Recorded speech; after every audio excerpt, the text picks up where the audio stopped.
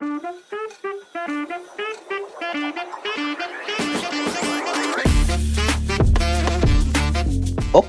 yo hai halo semua, selamat datang di channel Paham Tekno.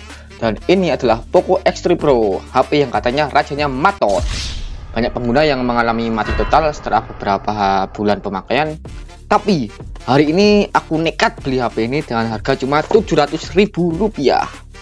Aku beli Poco X3 Pro ini dengan RAM 8GB, storage 256GB di Tokopedia dengan harga 700.000 sekian.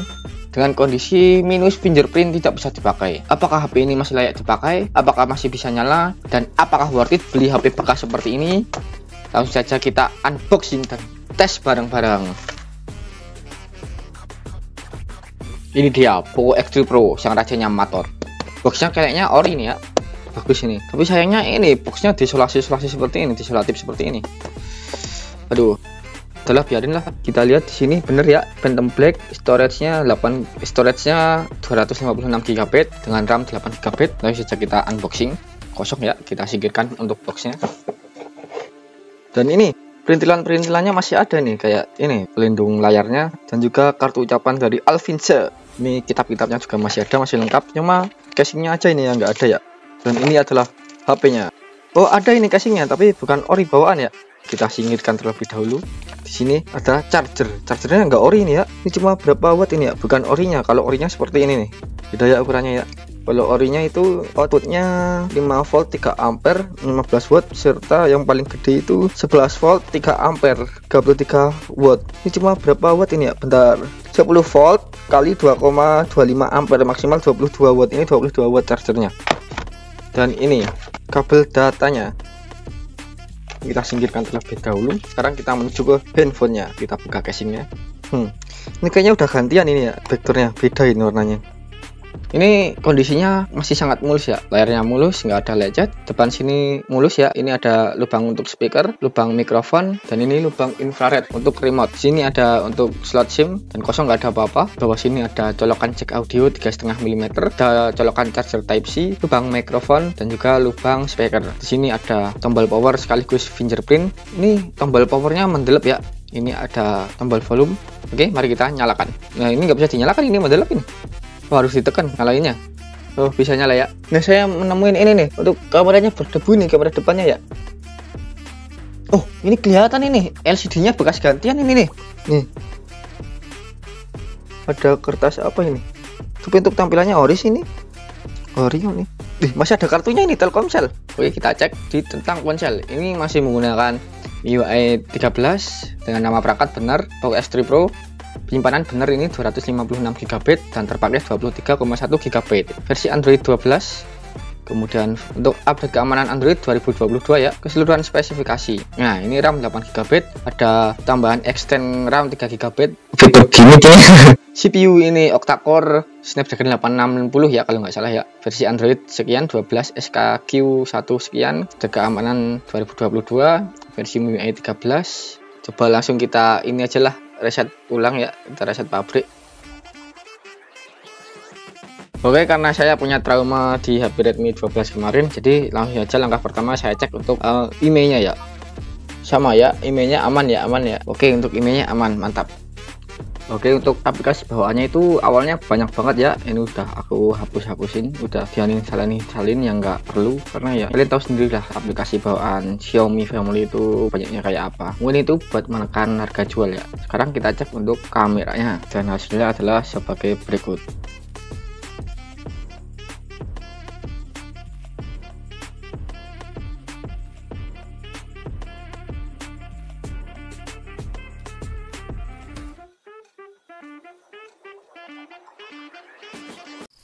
Ini hasil perekaman dari Poco X3 Pro, resolusi 1080p 13fps.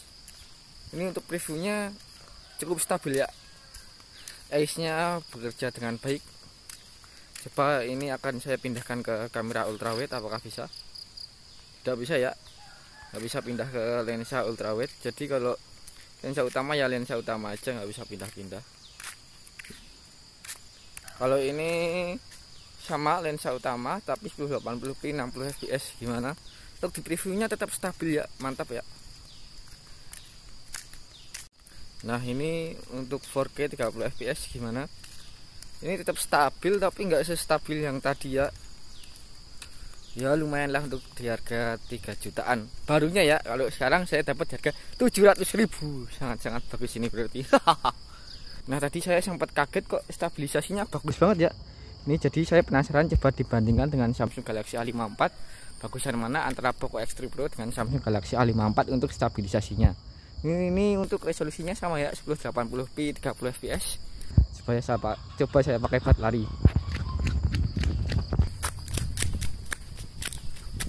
Nah, menurut kalian bagusan mana antara Samsung atau Poco? Dan sekarang kita cek untuk speakernya.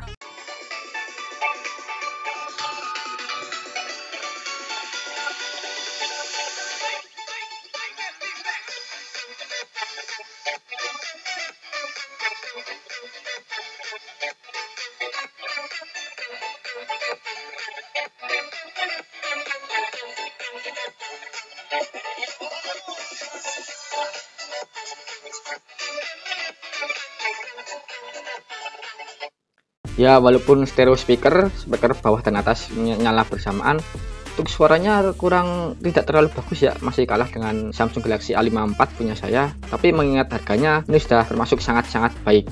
Nah keluhan dari saya dari speakernya itu adalah mengakibatkan bodinya sini getar ya kalau dinyalakan untuk dual stereo speakernya. Untuk cara mengantisipasinya ya kita matikan untuk speaker atas, maka getarannya akan hilang. Dan sekarang kita cek untuk AnTuTu benchmarknya. Nah untuk skor AnTuTu mendapatkan 567.000 sekian ya. Ya ini skor yang cukup tinggi pada zamannya. Ya sekarang juga termasuk tinggi di harga segini. Ini mantap nih buat gaming. Terus kita cek untuk multi touch-nya. Nah ini sepertinya layarnya masih ori ya, bisa 10 jari ini.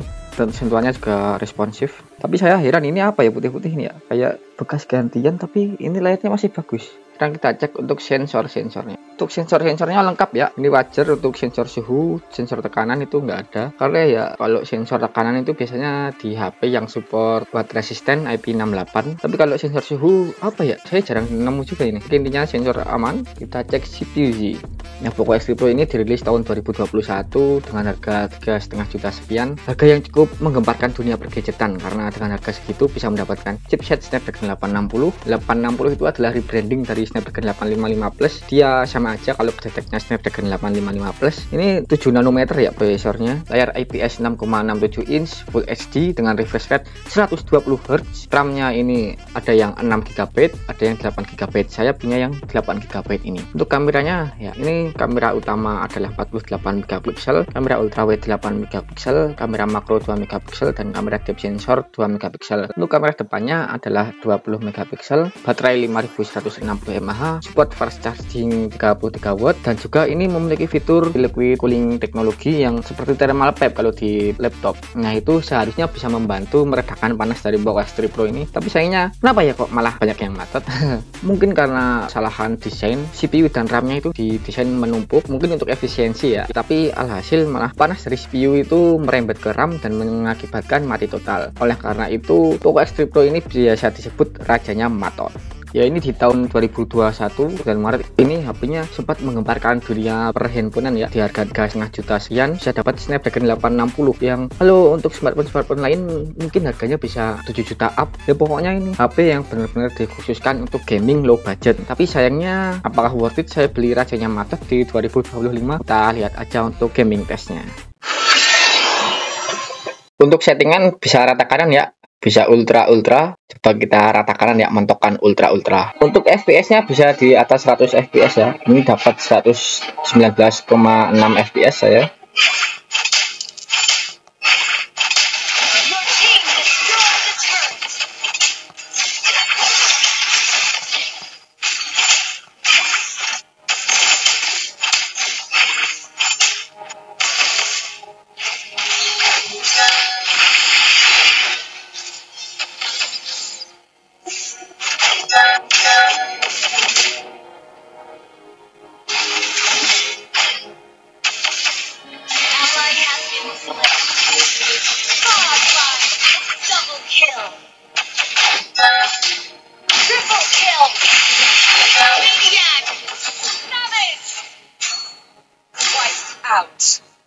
Sekarang kita coba untuk game biadab Genshin Impact. Ini untuk Genshin Impact rata kanan. Nah, ini sangat nge-lag ya. Untuk rata kanan cuma dapat 25 fps, 23 fps. Ini baru jalan-jalan ya. Coba kita lawan musuh ya.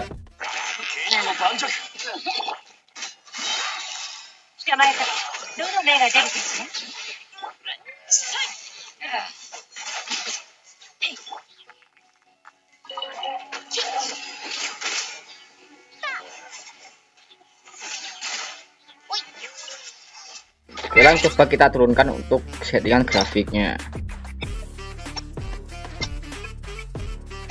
Sama aja ya, cuma dapat 29 fps-an ini.